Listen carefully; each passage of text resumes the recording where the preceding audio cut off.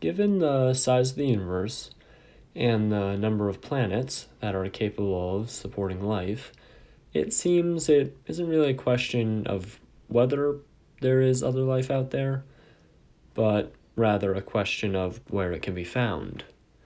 It would seem that the inhabitants of other planets are just as curious about us as we are regarding them, given the number of people who have reported being taken aboard their spacefaring vessels.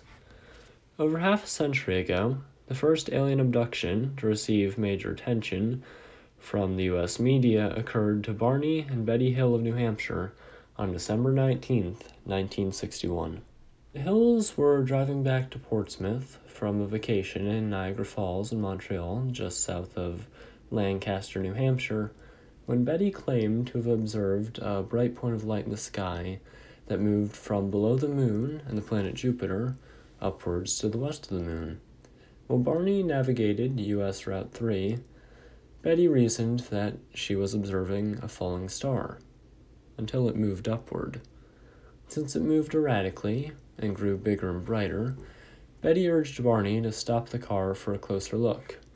The couple had a pair of binoculars and observed that the object was oddly shaped and was flashing multicolored lights.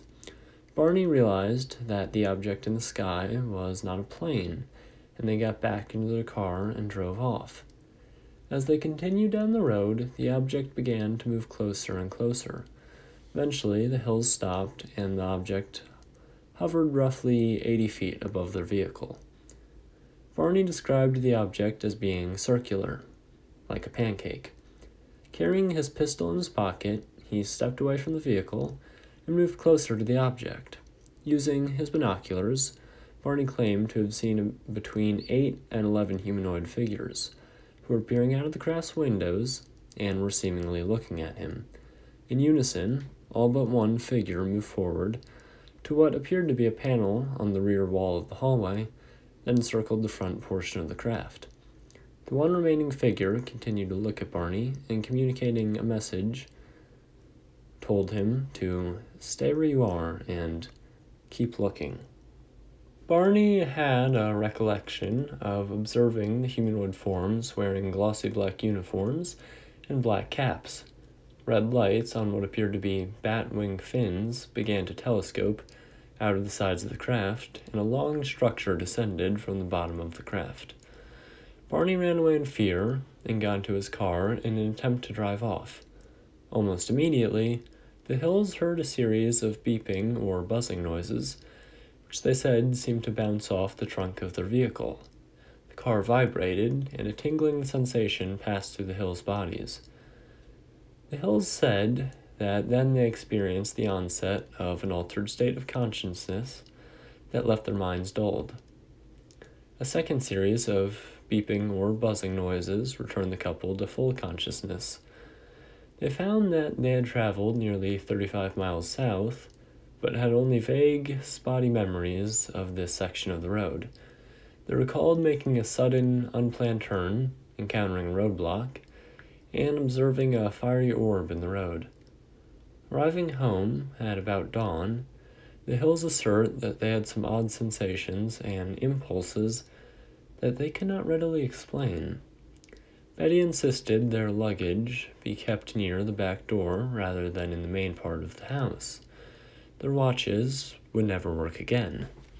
Barney said that the leather strap for the binoculars was torn, but he could not recall it tearing. The toes of his dress shoes were scraped. Barney says he felt compelled to examine his body in the bathroom, but found nothing unusual.